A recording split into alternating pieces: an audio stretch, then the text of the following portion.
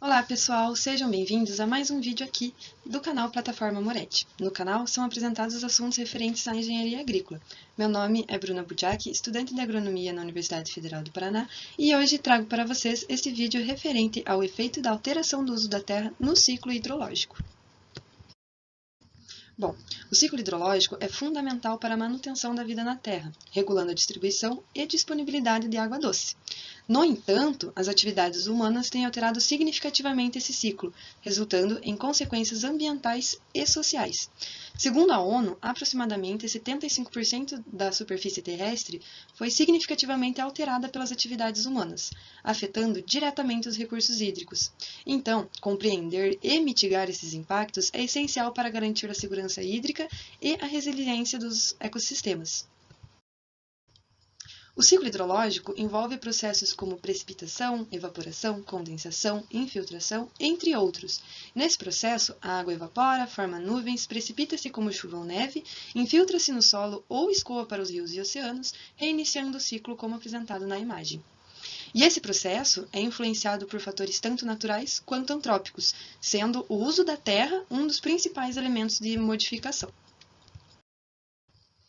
Dentre os efeitos na alteração do uso da terra, é possível citar o desmatamento, onde a remoção da vegetação reduz a evapotranspiração e a infiltração da água no solo, e isso aumenta o escoamento superficial, a erosão e o assoreamento, além de comprometer a recarga dos aquíferos.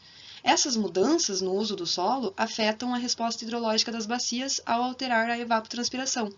E a substituição de florestas por cultivos ou pastagens aumenta o escoamento e a água nos rios após chuvas intensas, elevando os riscos de inundação e erosão.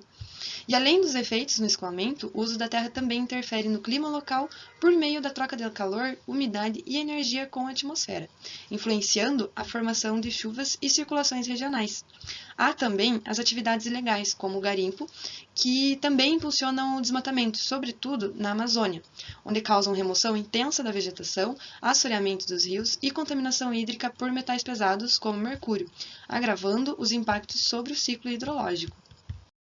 Bom, já a expansão urbana, na maioria das vezes desordenada, resulta na hipermeabilização do solo devido à construção de vias e edificações, impactando gravemente o ciclo hidrológico, impedindo a infiltração da água, elevando o escoamento superficial e a ocorrência de enchentes e deslizamentos, impondo riscos à saúde e à vida humana.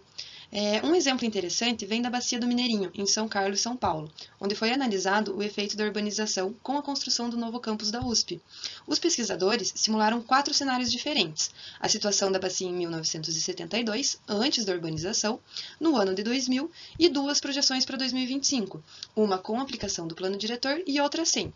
E o que é o plano diretor? É uma lei municipal que orienta o crescimento da cidade, definindo onde e como é permitido construir, preservar áreas verdes, garantir drenagem e infraestrutura adequada. E o estudo mostrou que, sem o planejamento urbano, a vazão máxima da água da chuva aumentaria quase 4 vezes em relação a 1972, indicando um risco muito maior de enchentes. Já com o plano diretor, essa vazão seria cerca de 22% menor, e o pico de cheia levaria mais tempo para ocorrer, o que ajuda a reduzir os danos. Mas, ainda assim, o risco de inundações não seria totalmente eliminado, evidenciando a fragilidade hidrológica das bacias urbanas e também a importância de políticas públicas eficazes para o uso do solo.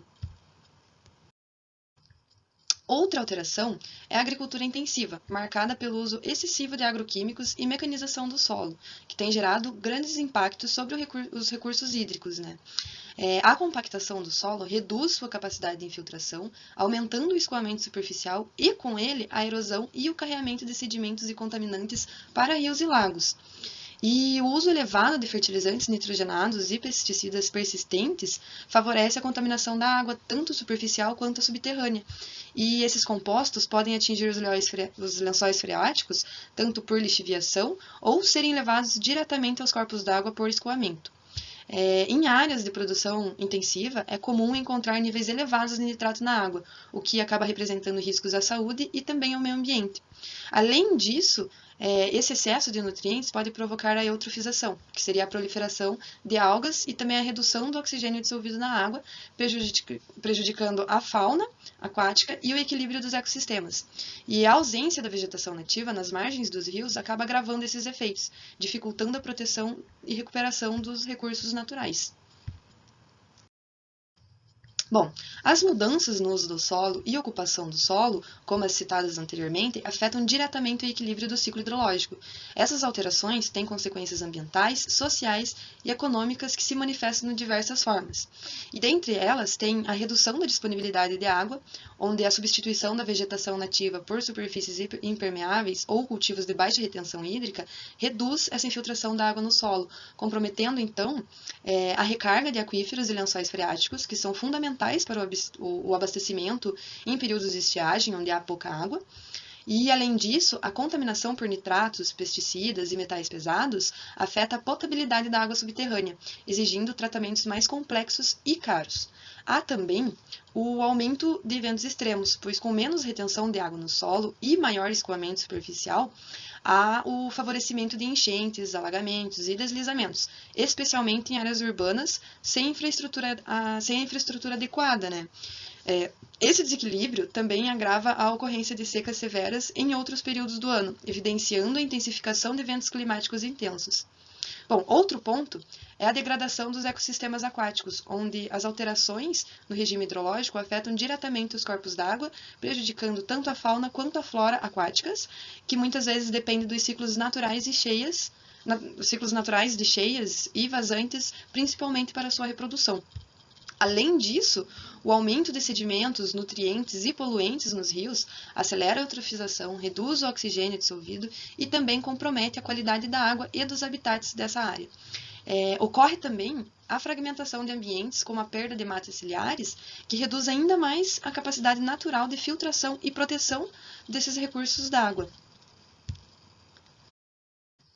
Bom, diversas práticas podem ser adotadas para reduzir esses efeitos negativos do uso da terra sobre o ciclo hidrológico. E dentre elas estão a conservação e recuperação da vegetação nativa, onde a preservação de matas ciliares e a restauração de florestas marginais são fundamentais para proteger corpos d'água, atuando como filtros naturais, melhorando a infiltração, reduzindo a erosão e o transporte de sedimentos e contaminantes.